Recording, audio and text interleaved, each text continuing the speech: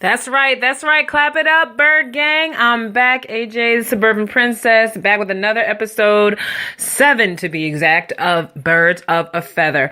What a great weekend it has been, and what a great second weekend. Hopefully keeping this 3-1 record my Birds got going since they beat Phillip Rivers and the Los Angeles Chargers by a score of 26-24. Now, who really thought that was going to happen? I said up and down I didn't think they were going to win.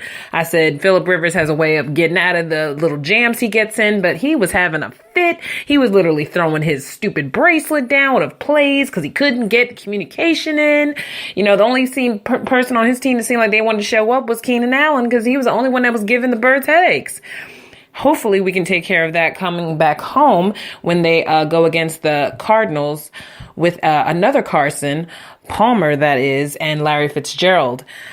Well, welcome to another edition, as I'm very excited to report another win for the Birds after a very, it was kind of a ho-hum, cliffhangery. You kind of knew they were going to lose or going to win, but you didn't really know to the end of the fourth quarter what was going to happen. I was pleasantly surprised, but there was a time where I really kind of thought, it kind of lost its flavor. It was really actually more exciting to hear the commentators go on and on about how so many Birds fans showed up out of town and just took over the StubHub Center, even though they didn't sell out the 27,000 seats they could have sold out. Now, I hopefully will have the opposite experience when I go to the December 10th game to visit my friend Emma in Cali to see them play against the Los Angeles Rams. So hopefully my experience will be like Philadelphia and all those people that were out there enjoying the end zone. And hopefully tickets won't be ridiculous.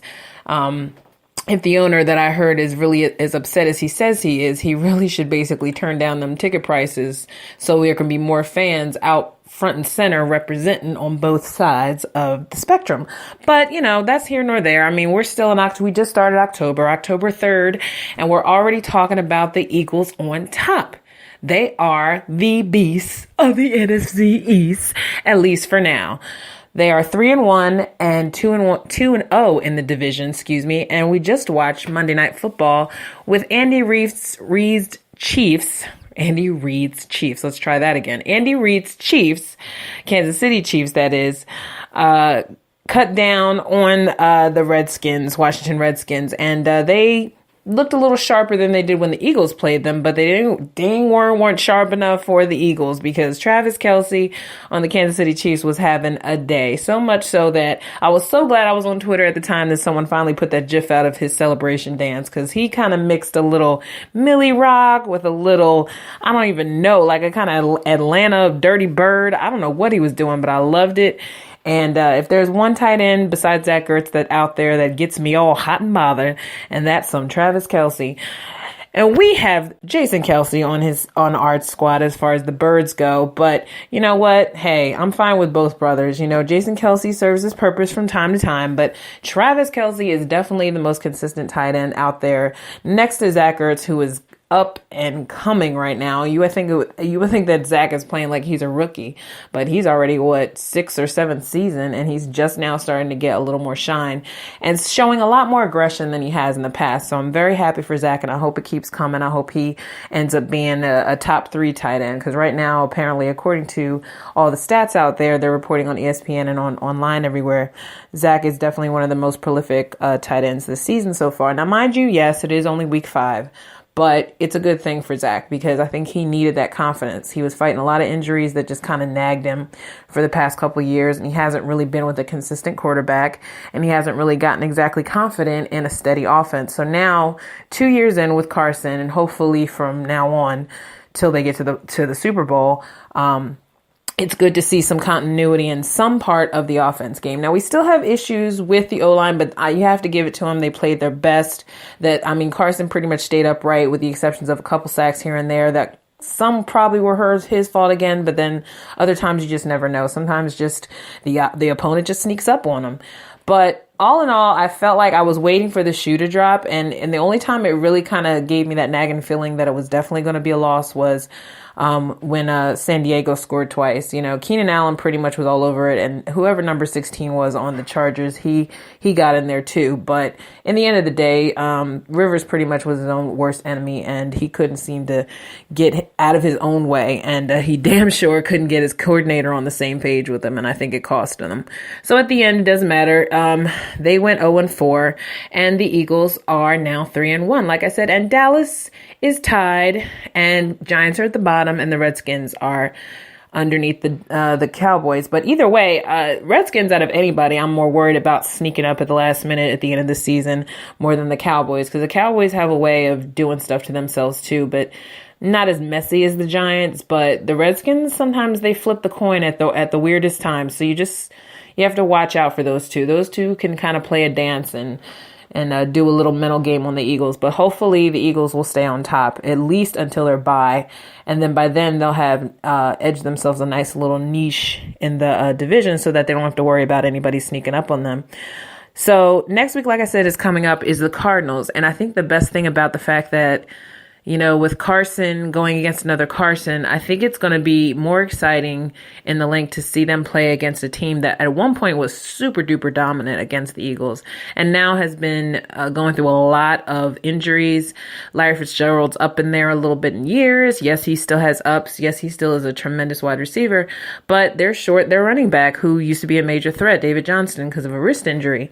So these days, we don't really know who the Eagles are really going to be facing up to other than those two big names. I mean, there's still Ellington, and I think they have Chris Johnson, but I really don't see this being a threat. But then when you start to sleep on it, just when you think you figured the Eagles out, they may shock you. So even though it's a home game, and it's the start of Breast Cancer Awareness Month too as well. So that's kind of another impetus, because there's this whole sentiment going through the months with the October games that give Eagles another lift. I mean, there's nothing more uniting the community. And right now, with the most recent development in the world with the Las Vegas shootings, and unfortunately just happened to find out today that there was a fellow Eagles fan that was killed in the massacre.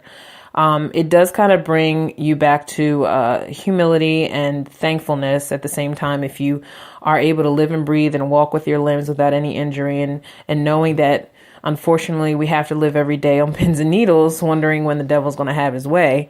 And unfortunately, there's a lot of people out there who, it's become a political issue once again, the issue of guns and stuff. And, I spent the last couple of episodes getting on my little soapbox, but it's kind of hard not to, because now football has kind of come into another realm, and it's kind of hard to just look at it as just a sport that you love, and without kind of blurring the lines with politics, especially because as of today, we still have the issue unresolved as to whether Kaepernick is ever going to play in the NFL again, as they just signed Brandon Whedon over at one of the other teams today. And I was kind of disappointed, but then I wasn't. Because in my head, I kind of thought to myself, I was like, well, Tennessee Titans, that's not a big deal. But why isn't anybody looking at Kaepernick's way? I mean, David Carr just went down again with a back injury. And I think it's weird that it takes postings of various photo tricks to get photoshopping to get people even slightly interested in looking at Kaepernick as a player again. I mean, people got him superimposed in an Oakland Raiders jersey at one point in the offseason before he was on his last year as a 49er.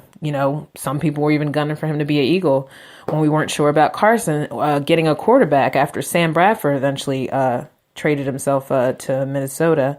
We had our doubts. So it's just funny how it's weird how quickly Kaepernick can slowly seep his way into a conversation, even though it's pretty much a dead issue at this point.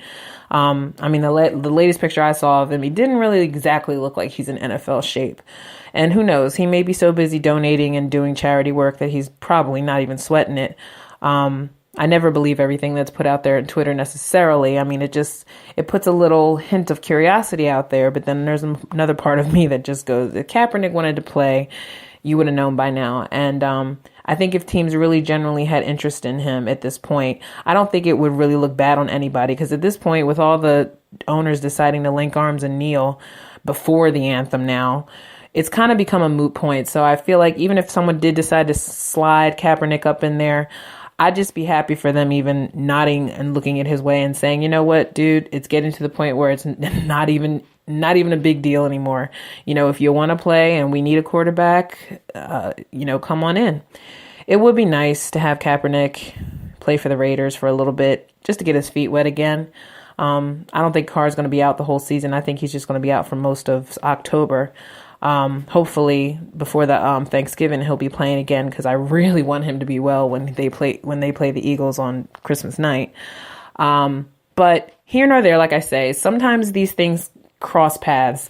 And if there's one thing I'm learning about football is that it is starting to parallel with lives, because so many people love football and so many people invest their money and spend their whole life savings going to games, bonding with friends, having history through their parents who loved the game back in the day. So it does kind of cross lines, but as of the last couple of seasons, it has crossed political boundaries, and it is making people uncomfortable, and it's making people go back and forth on Twitter and argue and protest and do everything that you're allowed to do as a free American. But it's gotten to the point now where there has to be a boundary, because it's really not productive. Owners are worried about losing money. So I think the most recent development after last weekend's protest, because once again, the president has decided to tweet about it, and I wish he would just drop it, because at this point now he's not really making it any easier. One broadcast decided to, Fox Sports, I think it was, decided not to even show the anthem for one of the games, which I think is fine, because at this day and age, honestly, no one really cares about the anthem as much as far as watching it on TV, unless it's someone famous that everybody likes to hear sing it. For the most part, I mean, I hear it every week that I work a home game, and I hear different kids in the area singing it. So, the anthem's here nor there. I mean, honestly, you really just want to get to the game. So if they decide to get out of the spectacle it's becoming, I applaud Fox Sports for starting to do that, because I really don't think it serves a purpose, especially when the cameraman is just being told to look at every single part of both visiting and home benches to see who's kneeling and who's sitting and who's not. When this was never an issue before, when Marshawn Lynch openly admitted he had been doing it for a while, and no one really cared then, so why care now? So at this point, it's an old topic. And now with this most recent development in Las Vegas and the massacre, and people still trying to help Texas get back on its feet, and now attention has been focused straight to Puerto Rico. And celebrities are slowly funneling their funds where as long as they can and far as they can. I really feel like football to me has taken a back seat in terms of the era of humanity that we're having to deal with now. I think if anything, all these things out in the media have made people really look at themselves and say, are you that person? Do you want to be that person that spends most of your time not being able to enjoy your favorite sport because you're worried about somebody bringing up the subject of Kaepernick or bringing up the subject of the president and tweeting and protesting and how blacks aren't equal, when pretty much all this stuff has just been put out there, even though everyone knows it. This is stuff that we all acknowledge. But the problem is it's getting to the point where, a protest doesn't work unless a protest generates interaction and emotion. And it has. And so in that case, the protest did its job. And I think Kaepernick, all the more reason, should be welcomed back to the NFL at this point, because he made his point and he's put his money where his mouth is. So I think everybody has kind of, I feel like both ends have completed their missions. And I think by the time 2018 season rolls around, everybody will look back at this and say, why wasn't this just a simple conversation of why did you do it? What can we do to help? And then be done with it. Instead, it became this whole debate of whether or not you're an American or not an American, or whether you're privileged or not privileged, whether you're black or white, or Democrat or Republican, or liberal, or independent for that matter. I prefer that everyone just kind of check themselves in general, especially because being on this, doing this podcast, since I've decided to do it, I've realized that I don't want to just talk about just the Eagles anyway. The Sixers season is just underway for preseason, and Lord knows I want to speak on as to why Joel Embiid is still not practicing fully with the team when he seems like he's A-okay. I can't wait till the actual season actually kicks off, because then this kind of back and forth with the Eagles and the Sixers excitement will be a nice distraction for a little while. At least the hype of it will be a good distraction. But after a while, once both the seasons get underway, we'll all find something else to bitch and moan about. But I, for one, am thankful for sports, just in the sense that it is kind of a boost if you let it be. Yeah. You get to see other people kind of go out there and work their butts literally to the bone to get a championship, and especially to represent Philadelphia in the way that it should be represented. And with that, I will actually bring up the subject of as to why Philadelphia all of a sudden has become the forefront, not even just for what the Eagles have been doing lately or what the Sixers are about to do, and what the Phillies kind of ended off the season doing. Colin Cowherd decided today on ESPN on his broadcast that he would decide to, put out the age-old narrative that Philly sports fans aren't intelligent. Well, he said dumb. And I really feel like it's not even worth a discussion, not even worth a tweet on Twitter, because Colin Cowherd has always been kind of trying to be the Geraldo of sports radio. He always kind of thrived on throwing out those dumb, cliched things about batteries and snowman and Andy Reid being kicked out of Philly and Donovan being kicked out of Philly and all these people that were kicked out, T.O. kicked out of Philly, all these little things that he wants to kind of spew out there. And then he kind of spanned all sports about how certain names have been, basically their names have become mud due to just Philly being Philly, and sports fans not being intelligent enough to know what jewels they've had in certain sports figures. I mean, there was a fan that decided to actually carry out several tweets, straight up telling Colin Cowherd fact by fact as to how he made an asinine statement. And I thought that was great research. I thought that was great time consuming and vindication, showing that Philly fans aren't stupid. And then also just proving that if that's all you want to generate some kind of hype towards our city, we don't need that. We pretty much make our own hype. We're passionate about our city regardless of whether the media wants to talk about us or not. If there's one thing that ESPN has always been kind of consistent with when it regards to Philly sports, is their total lackadaisical indifference toward us as a legit city, a legit sports town. It wasn't until the draft this year that I think that anybody felt like, outside of our little daily news pod here, decided to pay Philly any damn mind as being a true sports city, until we pretty much blew up the draft. And now the fact that they're even thinking about not even coming back here next year for the draft, just to give the Cowboys some freaking love for their overpriced stadium, just shows me that as soon as you know that something's good or it's too good, you don't want to give it any more shine because you feel like it's going to make you feel small. So I think everything comes back to the owners and coming back to people in their selfish egos, wanting to always look better than they need to be. There are just some people that are supposed to be in the spotlight, whether they suck or not. Like the Cowboys are always going to be America's team, even though we know that's not true. People want to always live in the past. And we're at this point now where even Philly kind of got that reputation. But now I think we've realized like it's time to move on, that we have new generations. The atmosphere is shifting, and we have a lot of stuff going up in our sports teams that are going to be good 5-10 years from now. And in the meantime, we'd like to hold on to the fact that we can be better than what product that has been put out there for years. And so I guess Colin Cowherd felt the need to stir up all this old crap to get Philly being a subject. Well, I didn't want to tweet at him because, one, I never liked him, and two, I knew he was doing that just to get a reaction. So I think if anybody here knows Colin Cowherd's history, they should know that the man got booted off his own show at one point, and he didn't have a show. He's kind of like trying to be like Bill O'Reilly, and then he just kind of just stepped on too many toes, and then next thing you know, he had to apologize and he didn't have a show. And now he's got a show again, and just like Tammy Loren and all those, blowhard, right wing, stick in their asses people, personalities, should I say, they always feel vindicated once they get back on the air. So if you feed a beast, he will continue to eat. So if you don't feed him, he'll starve. So at this point, I've decided that Colin Cowherd is just another one of those people that just want something else to bring attention to their show. So the easiest way to do it, and what I am queen of, is the silent treatment. So I choose to give Colin Cowherd the silent treatment on social media because I know that's what he's trying to do. It'll give something for him to talk about for 24 hours.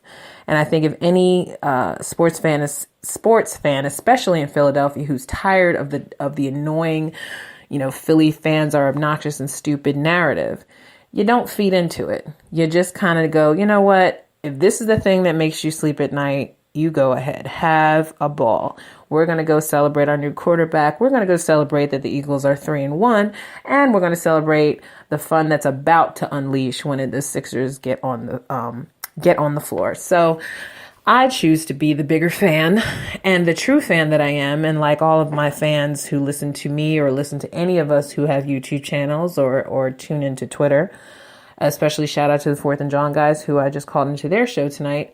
Although I didn't get to finish my point, but whatever. Love you, E-Rock. Love you, Mike. Love you all, you guys, Gail. I do feel like at this point now, we are now starting to move into another direction. And like I said, shifting the atmosphere, man, there's a lot of things about to develop on the Philly horizon. That's going to be very exciting for 2018. Now, just Lord help us, we can see that for once in our life, see more than just a Phillies championship, that we can live to see an Eagles Super Bowl, and we can live to see a Flyers championship, and we can live to see a Sixers championship. So God forbid 4-for-4 happens while I'm still breathing. But, I digress. I'm happy. I'm happy where the Eagles are now. I'm happy just in general in life because life is precious. And I think if anything happens with all these random disasters, whether it be natural disasters, massacres, shooting, killing, stabbings that happen randomly almost every day, just know it. Every day that you're alive and you get to breathe and walk, you are blessed. And again, I will talk about my quarterback on that front because he does love Jesus. And I, for one, do not have a problem with it. Yes, I know I believe in Jesus and most people don't. But I do believe that's his right to speak his faith. And I don't think there's anything wrong with anyone wanting to speak anything that's positive. Yeah, I could do without him talking about killing the deer and his hunting thing. But, that's the Midwestern boy that Carson is. We don't ask much for him. We just want him to win us a championship. And so you can't really peel any other layers off of him that is already there. So God bless Carson Wentz. I'm loving the fact that he is getting better and better every game, getting more confident, getting into stride with his players. And I pray to God that they protect him, keep him upright for years to come. And I hope as eventually the O-line will eventually go through changes again, I'm sure next year, and hopefully we'll get nothing but a brick wall soon for an O-line that will never shake, never break. And I think we're on the way with Derek Barnett and Wiz there, which I'm trying to understand with Steve Wisniewski, why that's even an issue that he should be even switched back and forth with Chance. I really do think Wiz is pretty much the guy, but something about they just don't feel confident leaving him in there all the time, or maybe they're just trying to make Chance feel better by changing of the guards. So I don't know what's going on with that whole situation, but the O-line has yet to really shine up until this past weekend. So hopefully they can keep that up. Now we just need the team as a whole to play even on both defense and offense. It seems like when the defense has their day, the offense fails. When the offense has their day, the defense stags. And so now that Fletcher Cox is down, people kind of saw where Fletcher Cox is missed, but at the same time, I give shout out to Tim Jernigan and Bo Allen, who stepped in very well, and Vinny Curry, even though he did have a weird penalty, that false start thing, but I do think Vinny means well. I don't know if he's going to stay long, but people keep making it sound like he's leaving tomorrow, but I still hope that he stays in just because he'll always be a fresh set of legs, hopefully, if he stays uninjured. But all in all, I'm very, very happy. I'm very excited for this next home game, not only just because it's home, but because I think the Cardinals will give them pretty much a good battle. But I think the Eagles are confident in their core now that wherever they go wrong in this game, they can come back. And I think that's what they proved with all these away games so far, is that they can come back when they're down. Now, the Chiefs game, it could have went anyway, but they could have came back and won that game as well. I think there was a lot of miscommunication with Carson and Doug. And they definitely obviously had no running game. So that's what happens. I mean, Blunt had a day.